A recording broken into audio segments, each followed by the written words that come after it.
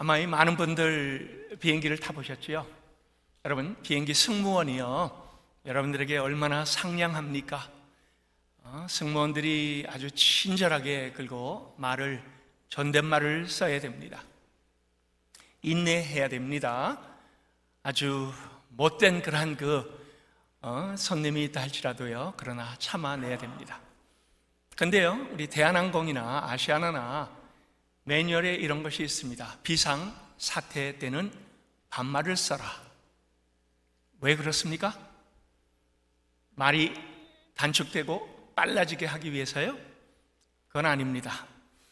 한국 사람들은요, 존댓말을 쓰게 되면요, 긴장감이 떨어지고요, 장난인 줄 안다라고 합니다. 손님, 제발 자리에 앉아 주실래요? 이러면요, 장난인 줄 알아요. 근데 앉아!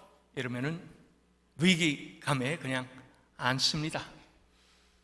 사태가 악화될 때요, 승무원의 명령이 절대적이어야 합니다. 대상이 누구든지 상관이 없어요. 그리고 반말로 명령을 해야만 됐습니다. 일어나, 고개 숙여, 돌아보지 마, 짐 두고 빨리 움직여, 그리고요, 가장 중요한 거 뛰어내려.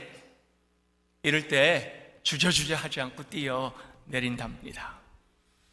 경각심이 필요할 때, 그리고 우리의 대피가 필요할 때는 이러한 그 기강을 잡는 일들이 얼마나 필요합니까? 아마 스튜어디스 중에는요, 선천적으로 반말을 못하는 사람이 있을 거예요. 항상 공손한 사람이 있을 거예요. 그러면요, 반말을 훈련을 시킨다라고 합니다. 저도 이 사실은 우리 청년부들에게도 제가 반말을 못합니다. 사무실 간사님에게도 제가 반말을 못해요. 항상 존댓말을 사용을 합니다. 제가 그렇게 좋은 사람은 아닌데요, 그래도 그렇습니다. 근데요, 우리 여행사가 아니고 항공사에서는요, 그렇게 승무원들을 훈련을 시킵니다. 반말을 하도록. 왜요? 위기 상황이기 때문입니다. 그런데 여러분, 이게 한국 국적 항공사만이 아닙니다. 서구 항공사도 마찬가지예요. 비상사태 때는 단호하게 명령형 단어, imperative commandment, 이 단어를 사용하고 구사하라라고 합니다. 상냥한 언어를 사용하면요, 사람들이 제대로 따르지 않아요. 그리고 장난인 줄을 알기 때문입니다. Sit down, get up, don't take your luggage and jump. 이러한 식으로 명령을 내릴 때 사람들은 이건 위기의 상황이구나 알고 이제 그대로 명령을 따릅니다. 사태의 심각성을 인식하는 것, 그리고 명령대로 순종할 수 있는 것. 여러분, 이게 근데요, 몸에 배지 않으면 잘 안 됩니다. 군대 한번 가보세요. 군대는 나이를 따지지 않는 데지요. 군대는 계급을 따지는 데입니다. 나이가 얼마건 계급이 높은 어린 사람이 나이 많은 사람들에게 명령을 해야만 통합니다. 그리고 그 명령과 반말을 통하여 기강을 바로잡는 것이 바로 군대입니다. 그래서요, 비상 상황이 생겼을 때요, 효율적인 대피를 할 수 있도록 승무원의 권위를 가지도록 훈련을 합니다. 상식적으로 이해가 되는 그런 거 매뉴얼이지요. 근데요, 여기 보세요. 비상사태 때 승무원의 명령에 불복종하는 고객이 있을 때 어떡합니까? 사실 비행기는요, 이제 비행기가 뜨고 나면은 거기에 모든 것을 결정할 수 있는 그 결정력은 헤드 파일럿에게 주어집니다. 통제 불가능한 그런 그 상황을 만들지 않기 위해서요, 그 위에서 모든 결정을 그가 홀로 해야만 합니다. 남자 승무원들이요, 때로 이럴 때 필요합니다. 만약에 위기 상황인데 누군가가 말을 많이 하고 그 다음에 제대로 명령에 순종하지 않으면요, 다가가 입을 막습니다. 때로 수갑을 채울 수도 있습니다. 이러한 권위가 부여되어 있습니다. 왜요? 사람들의 목숨이 일각에 달려 있는데요, 한 사람의 불평이 일파만파로 퍼져가기 시작하면요, 그러면 또 다른 사람들이 불평을 끌어내고 그 다음에 명령에 순종하지 않는 그러한 그 상황들이 만들어지기 때문입니다. 그래서 시간 허비함으로 인하여 다른 사람의 목숨을 잃을 수도 있는 것, 소수에 의해서 금 같은 이 시간을 지체하는 것을 막아 수월하게 탈출할 수 있도록 만들어 주는 이 상황 판단은 모든 것이 이제 파일럿과 그 다음에 헤드 승무원에게 주어집니다. 한번 보세요. 상황 판단 잘못해서요, 소중한 목숨과 맞바꾸게 된다면요, 그냥 시간만 허비한 것이 아닙니다. 사실은요, 남을 죽인 것이 됩니다. 그래서 본때를 보이는 것이 사실 비행기 안에서는 필요한 겁니다. 자, 근데요, 이것은요, 이 초대교회 때도 동일한 그러한 그 부분이었습니다. 상황이요, 초대교회 때 하나님은 본때를 보여라, 교회의 거룩성을 지켜라, 그리고 교회가 무엇인가를 사람들에게 알려주어라 라고 했습니다. 초대교회를 세워가면서요, 처음 교회가 세워질 때 교회 안에 가장 중요한 것이 뭡니까? 경건함과 정직함의 경각심이었습니다. 만일 아나니아와 삽비라의 그 죄악이 경미하게 그냥 넘어갔다면요, 그리고 많은 사람들이 그것을 보면서 저렇게 죄를 지어도 아무렇지도 않네, 우리도 얼마든지 그것이 가능하구나라는 그러한 그 생각을 가지게 됐다면요, 그러면 아마 교회에서 거룩함과 그 다음에 간절함과 경건함을 세워주는 그러한 그 자세가 바르게 세워지지 못했을 겁니다. 그러나 비록 조그만 거짓말이라 할지라도요, 죽음으로 대가를 치르는 그 상황을 목격했던 초대교회는 절대로 불순종할 그 마음의 여지를 남겨놓지 않았습니다. 하나님께서 그 자녀들의 삶을 혹독하게 대하시는 이유가 뭡니까? 깨어있으라지요? 우리에게 경각심을 가져라라는 겁니다. 그리고 하나님은 때로 우리에게 이 본보기를 보여주실 때가 있습니다. 그리고요, 여러분, 이러한 것들은요, 궁극적으로 우리 공동체에 복이 됩니다. 초대교회가 처음 교회가 세워지면서요, 그 안에서 오늘 보니까 아나니아와 삽비라 이야기가 나와 있습니다. 지난주까지 우리가 안진뱅이를 일으킨 그러한 그 초대교회 부흥 사건에 대하여 함께 생각해 봤습니다. 교회가 활력이 생겼습니다. 교회 안에 있는 많은 사람들이 헌금을 통하여 도움을 받았지요. 구제비. 그리고 너도 나도 서로 교제하고 믿음으로 세워주고 하나님을 바라보고 그 다음에 하나님께서 이 칭찬하며 숫자가 계속 불어가게 된 그러한 그 사건을 오늘 초대교회 때 보게 됩니다. 그런데요, 여기 보니까 아나니아와 삽비라라는 그 사람이 소유를 팔았습니다. 그리고 그 값에서 얼마를 감추고 사도들 앞에 두었습니다. 근데 그 일로 인하여 죽음을 맞이하게 된 사건입니다. 안타깝지요? 참, 하나님 왜 이렇게 하셨을까? 그들은요, 이 자신의 땅을 팔아 하나님께 드리기로 약속을 했습니다. 근데 어떻게 했습니까? 중도에 마음이 바뀌었습니다. 얼마를 감추고 나머지만 가지고 사도들을 찾아갑니다. 성령 충만한 베드로는 그것을 알았습니다. 그리고 그 다음에 이 삽비라에게 기회를 줍니다. 이것이 전부냐? 남편에 이어 아내도 뻔뻔한 거짓말을 계속 이어갑니다. 결국은요, 그 자리에서 남편 그리고 아내 둘 다 혼이 나가더라. 그리고 목숨을 잃고 그 다음에 죽었습니다.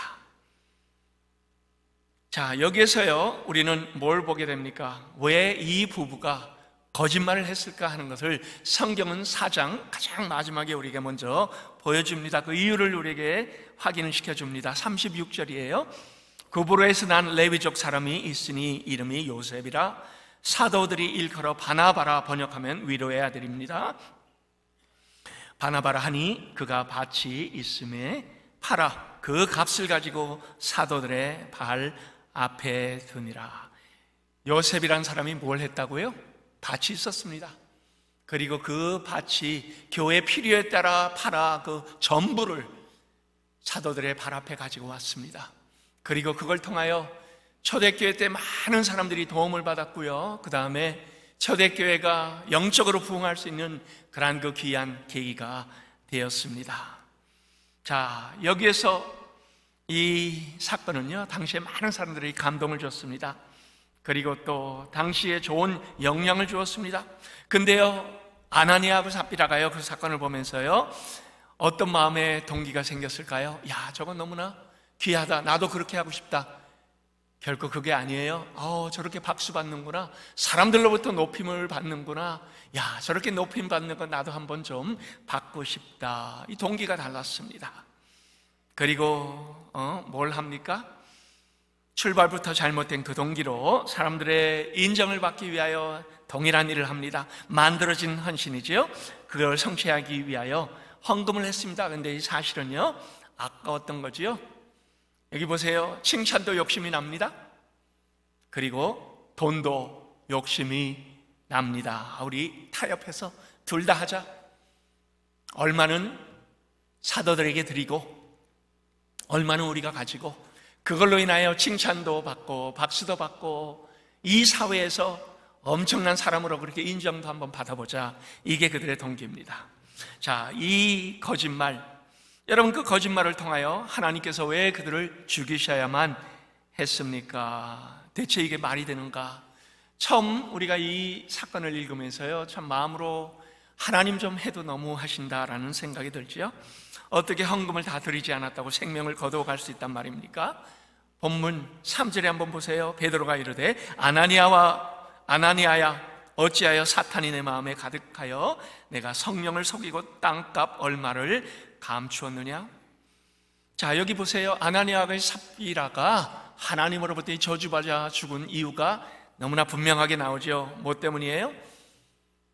거짓말 때문입니다. 결코 헌금을 조금 해서가 아닙니다. 성경은 그들이 죽은 것, 소유의 전부를 드리지 않아서가 아니고요, 거짓된 마음과 거짓된 믿음, 그리고 그러한 그 거짓이 교회에 계속 확산되는 그것을 하나님께서는 막고자 하신 것입니다. 아나니아하고 삽비라의 사건은요, 초대교회의 대표성을 요구합니다. 이제 막 세워져가는 교회입니다. 하나님은 교회의 순결성을 보여주시기를 원했습니다. 그리고 하나님은 그 안에서 교회의 그 아름다운 모습이 앞으로 2000년, 3000년 예수님 다시 오실 그날까지 교회가 가지고 있는 그 가장 아름다운 거룩성이 제일 시작부터 이루어져야 될 텐데요, 그러나 처음부터 단추가 잘못 끼면 그 다음에 계속 교회는 그 거룩성을 유지할 수가 없었던 것입니다. 그래서 하나님의 경고가 굉장히 큽니다. 그리스도인이 되기 위하여, 교회가 교회되기 위하여 거짓과 위선과 눈속임을, 사람들의 환심이나 사고, 사람들의 인정받는 일들, 그리고 그걸 통하여 세상적인 박수를 받고 세상적으로 임직이나 하고 세상적으로 더 높다고 그렇게 사람들로부터 세워지기나 하는 이러한 것을 하나님은 아예 처음부터 끊어내려는 그러한 그 마음이 있었습니다. 여러분, 이것은 하나님께서 인정하지 않습니다. 오늘 본문에서, 그리고 또 오늘 2000년이 지난 오늘날 우리 교회도 여전히 하나님께서 이 말씀 그리고 이 교훈을 우리에게 주시는 겁니다. 저는 오늘 말씀 속에 두 가지 하나님께서 우리에게 가르쳐 주시는 아주 중요한 가르침을 함께 생각해 보기를 원합니다. 첫 번째, 거짓은 사람을 속이는 것이 아니라 하나님을 속이는 것이 됩니다.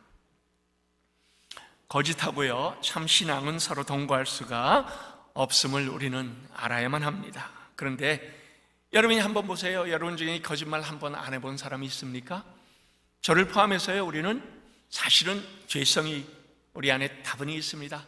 거짓은 우리가 예수님을 믿기 전에는 자연스러운 거고요, 그 다음에 예수님을 믿고 나서도 여전히 죄성은 우리를 끌어내리기 때문에요, 간혹가다 거짓말을 합니다. 그런데 만약에 우리가 거짓말을 했다고요, 모두가 다 죽음으로 대가를 치러야 한다면요, 한번 보세요. 여기 살아남을 사람, 저를 포함해서 한 사람이라도 있을까요? 아무도 없겠죠? 근데요, 여기에서 성경이 우리에게 얘기하는 것이 뭡니까? 그냥 한두 번 실수로 거짓말 하는 것을 얘기하는 것이 아닙니다. 반복적으로 양심의 가책 없이 거짓말이 그냥 우리의 삶의 한 부분이 되어버리고 말았습니다. 그리고 거짓이 우리의 삶에 배어버린 사람, 성도라도 여러분, 우리가 깨어있지 않으면요, 죄성은 우리를 계속 끌어내리고 죄의 지배를 받게 되기 때문에요. 그래서 하나님은 오늘 말씀 속에 우리에게 뭘 가르쳐 줍니까? 하나님과의 연결입니다.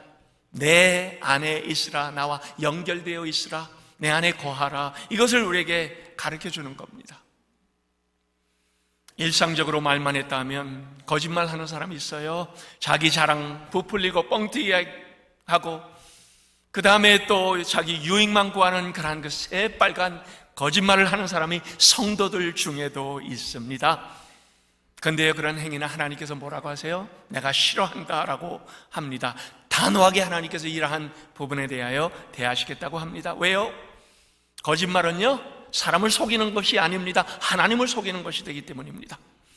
4장 후반절에 보세요. 베드로의 견책이 이렇게 나오지요. 어찌하여 이 일을 내 마음에 두었느냐? 사람에게 거짓말한 것이 아니요 하나님에게로라. 그 말은요, 아나니아가 삽비라가 성령을 속였다. 그리고 이 성령을 속인 것은 하나님께서 결코 인정하지 않는 아주 중대한 죄악이다라는 것을 지적을 한 겁니다. 여러분, 현대교회에서요, 누가 아나니아처럼 헌금했다면 아마 분명히 칭찬과 그 다음에 인정을 받았을 것입니다. 땅을 팔고 그 값을 다 바치지 않고 얼마만 하나님께 드리고 나머지는 내가 그냥 킵했다. 누가 뭐라고 하겠어요? 그런데 하나님께서 여기에 액수와 헌금의 크기를 보시는 분이 아니라 하는 것을 우리에게 가르쳐 주십니다. 우리가 얼마나 많이 드렸느냐, 이걸로 하나님은 감동받지 아니하신다라는 거죠. 여러분이 헌금 드리죠? 여러분이 헌금을 하나님께 드릴 때 그 동기가 뭡니까? 그 안에 담겨있는 헌신과 사랑의 모습에서 하나님께서 기뻐하시고 또 영광을 받으신다라는 겁니다. 우리 하나님을 잘 알아야 됩니다. 율법적으로 헌금 드리는 것 하나님께서 필요 없다라고 하세요. 저는 여러분들에게 7년 동안 헌금 설교 안 했습니다. 왜요? 저는 오히려 여러분들의 마음의 동기에서 하나님께 기뻐하는 그 헌금을 드리는 것이 훨씬 필요하지요. 여러분 헌금하십시오라고 제가 설교한 적 없어요. 여러분의 삶의 주인이 누군가에 대해서는 제가 지적을 했습니다. 왜요? 그렇게 되면 우리는 우리 안에 있는 이 주인이 원하는 대로 우리가 가지고 있는 소유를 사용하기 때문입니다. 이번에 임직자들에게도 사실 교회 귀한 선물을 이분들이 하셨는데 저는 누가 얼마 냈는지 전혀 모릅니다. 전혀 그분들에게 그러한 얘기 한 적도 없습니다. 왜요? 헌금은 하나님께 드리는 것이 사람 보라고 하는 것이 아니기 때문입니다. 하나님은요, 우리의 마음을 보세요. 우리의 정성을 보시고 기꺼이 드리는 것을 보십니다. 여러분, 만약에 하나님께 드리는 헌금이 아까워요? 하지 마세요. 정말입니다. 하지 마세요. 하나님 그런 거 받기 싫다고 하십니다. 저는 헌금 여러분들에게 강요 절대로 안 하고요, 오히려 여러분들에게 헌금하지 말라고 설교하는 목사 아마 여러분 계실 거예요. 저도 그 중에 하나입니다. 하지 마세요, 여러분. 그러나 기꺼이 하고 싶은 마음이 있을 때, 기꺼이 하나님께 드리고 싶은 마음이 있을 때 그것이 하나님 받으시기에 합당한 헌금이 되는 겁니다. 내 삶, 내 가정, 누가 진짜 주인인가?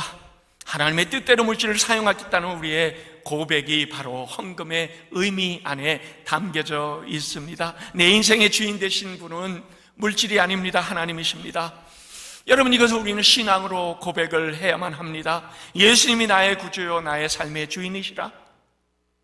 내가 결코 물질로 주인 삼지 않고 진짜 주인 되신 예수님을 따라가겠습니다. 그리고 하나님께서 원하시는 뜻대로 물질을 사용하겠습니다. 고백으로 드리는 것이 헌금입니다.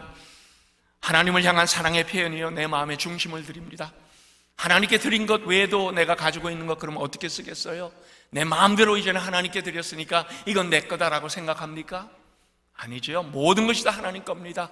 모든 것이 다 하나님 원하시는 대로 사용하겠습니다. 이게 하나님 원하시는 헌금이에요. 근데 여전히 자신이 괜찮은 사람이라고 착각하고 살아가는 사람들이 많이 있습니다. 하나님을 우상대하듯이 한 것, 여러분, 우리가 사람 보라고 헌금하는 것이 바로 이런 모습입니다. 반대급수와 박수 받는 것에 눈이 먼 겁니다. 그들은요, 소유를 팔아 하나님께 헌금한 것이 하나님의 은혜를 깨닫고 한 것이 아니지요. 자기들의 체면 때문에, 존경을 받기 위한 수단 때문에, 그리고 종교를 이용하여 자신의 지위를 높이려 했던 것, 더 큰 영향력을 행사하려고 했던 것. 만약에 여러분들이요, 이러한 마음으로 그동안에 헌금을 드렸다면요, 회개하시고 이제는 잠시 드리지 마세요. 그리고 마음을 바꾸고 그 다음부터 헌금을 드리시기 바랍니다. 그래서 그 안에서 하나님께서 우리 안에 얼마나 귀한 믿음의 그 관계를 원하고 계신가 하는 것들을 우리는 확인해야 합니다. 구원에서 가장 먼저 일어나는 것이 뭡니까? 회개입니다. 그 회개가 있기까지 먼저 내 죄성을 깨닫고 참회하는 마음이 필요합니다. 그러나 여러분이 회심의 과정도 없이 교회만 다니시는 분들이 있어요. 제가 아마 몇 주 동안 여러 번 강조했을 겁니다. 이런 사람을 우리는 종교인이라고 부릅니다. 여러분 기억하세요. 교회 안에 들어와 있지만 참된 신앙을 갖지 못한 사람들, 그리고 하나님은 아시지만 우리는 우리의 눈으로 확인할 수가 없습니다.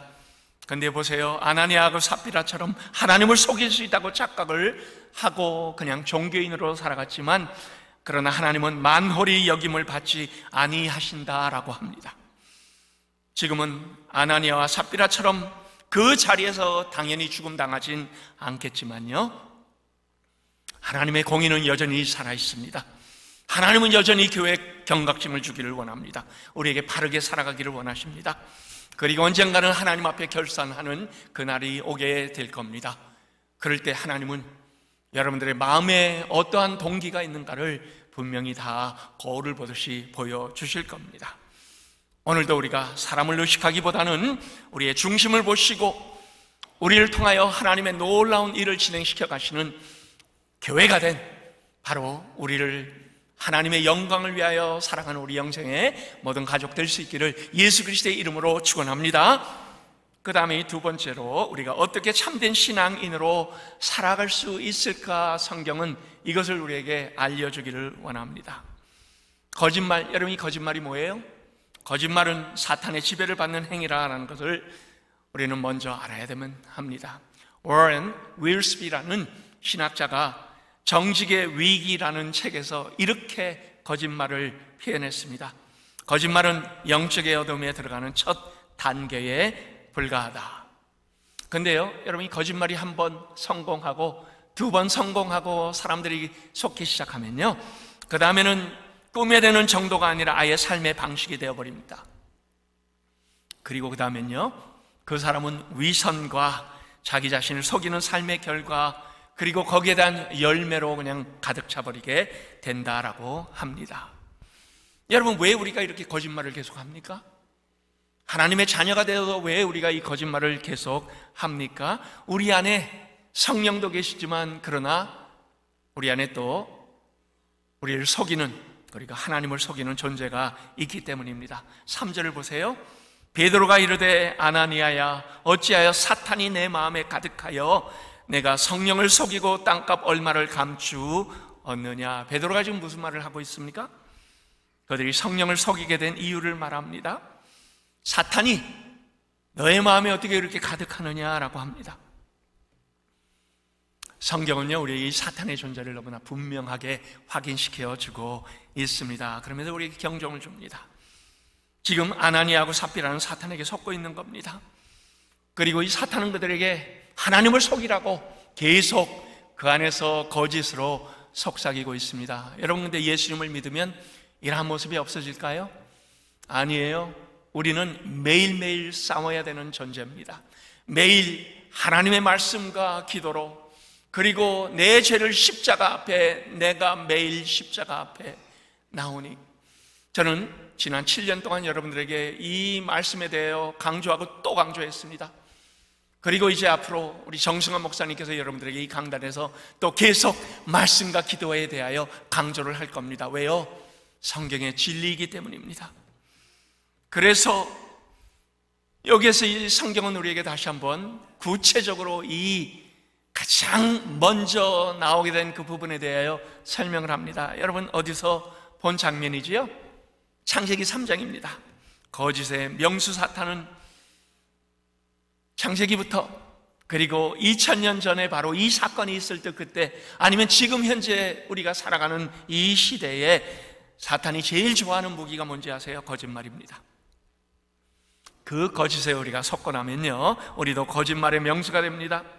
그리고 그 다음부터는 사람들이 주는 박수와 높임에 반응하기 시작합니다. 그것을 좋아하기 시작합니다. 진리에 거하기보다는요, 세상적인 그러한 그 가치를 더 따라가는 사람들이 됩니다.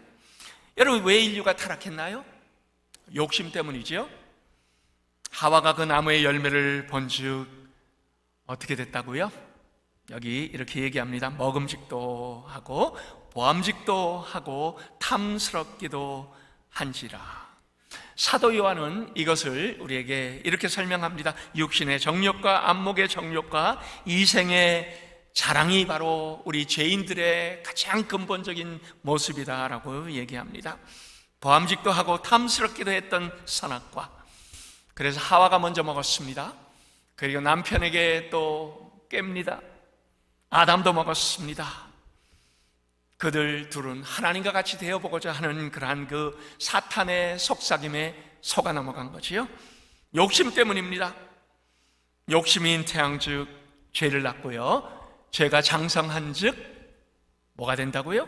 사망을 낳느니라. 여러분, 우리의 모든 죄의 발단은 바로 욕심입니다. 욕심의 마음은 사탄의 노략질하기 가장 쉬운 놀이터입니다. 사탄은요, 우리의 마음이 바로 그러한 마음으로 흔들리기 시작하면요, 우리 안에 들어와 마음껏 헤집고 마음껏 놀면서 우리만 무너뜨리는 것이 아니라 주변에 악영향을 미치도록 만들어 줍니다. 그런데 여러분, 사람은 속일 수 있지만 우리가 하나님은 속일 수가 없습니다. 그러나 이 사탄은 이것조차 우리를 간과하게 만듭니다. 그리고 이 땅에서 우리가 은밀하게 행했던 모든 죄악들 언젠가는 하나님 앞에서 다 드러나게 될 것이다. 우리는 하나님의 평가를 받아야 되는 사람입니다. 하나님의 결산을 해야 되는 사람들입니다. 모두가 다 드러나게 될 것이다. 그래서 아나니아와 삽비라는 사탄의 꾀임에 속은 것이고요, 자기들도 속이는 자가 된 것입니다. 요한복음 8장 44절, 죄성에 대하여 이렇게 증거를 하고 있습니다. 너희는 너희 아비 마귀에게서 났으니 너희 아비의 욕심대로 너희도 행하고자 하느니라.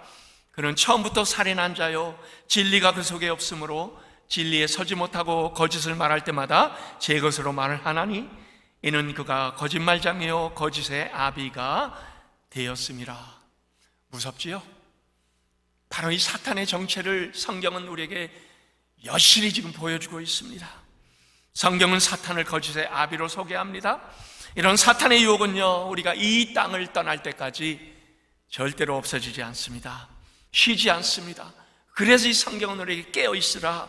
사탄이 우는 사자처럼 삼킬 자를 찾나니, 지금도 여전히 우리를 흔들어대고 우리를 무너뜨리고 우리를 쓰러지게 하는 사탄의 그 모든 영향력 있는 그 현실적인 모습, 우리 눈에 안 보이지요? 그러나 이것이 성경이 우리에게 영적으로 보게 하는 그러한 그 모습이 되는 겁니다. 그래서 성경은 우리에게 욕심을 버리라라고 합니다. 욕심은요, 우리의 믿음과 반대의 길을 가도록 만들어줍니다. 믿음은 하나님을 알 때 생기는 것이 믿음입니다. 그러나 우리가 하나님을 제대로 모르면 그 다음에 욕심이 우리를 계속 무너뜨리게 만듭니다. 여러분, 짐 엘리엇 잘 아시죠? 다른 네 친구와 시카고에 있는 위튼 대학에서 1956년도에 저 에콰도르에 가서 그 9가족의 창에 맞아 순교를 5명이 다 당한 그 사건입니다. 그런데 그가 남긴 명언이 있습니다. 영원한 것을 얻기 위하여 영원치 않은 것을 버리는 자는 결코 바보가 아니다. 지난 10월 달에요, 우리 에콰도르 팀들, 이 자리에도 여러분들이 앉아 계십니다. 우리가 갔다가요, 에콰도르 9가족 사역을 하는 그 박물관 앞에 들어설 때 바로 그 구절이 영어와 스페니쉬로 새겨져 있었습니다. 들어서는 사람에게요, 마음에 엄청난 감동을 주었습니다. 저는 그냥 감히 그것을 읽으면서 섣불리 들어서지 못하겠다는 그러한 그 마음이 있었습니다. 많은 사람들에게 여전히 지금도 도전을 줍니다. 세상을 버리는 자가 바보같이 보였지만요, 영원한 것을 향하여 세상 것을 버린 자는요, 그들의 삶은 영원토록 빛날 것이다. 그리고 짐 엘리엇과 내 친구들의 삶은 지금까지도 영원토록 빛나고 있습니다. 그 5명의 순교자가 다녔던 시카고의 위튼 대학, 저희 2 자녀가 또 거기를 다녔습니다. 거기 가면요, For Christ and His Kingdom 여러 곳에 새겨져 있습니다. 근데요, 건물 안에 들어가 보면요, 그 옆에 짐 엘리엇의 명언이 계속 남아 있습니다.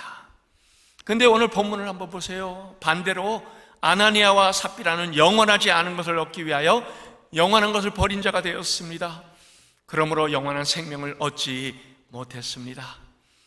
당시 이 사건은 성경이 뭐라고 합니까? 많은 사람들에게 두려움을 주었다고 합니다. 11절에 보세요. 온 교회와 이 일을 듣는 사람들 다 크게 두려워하니라.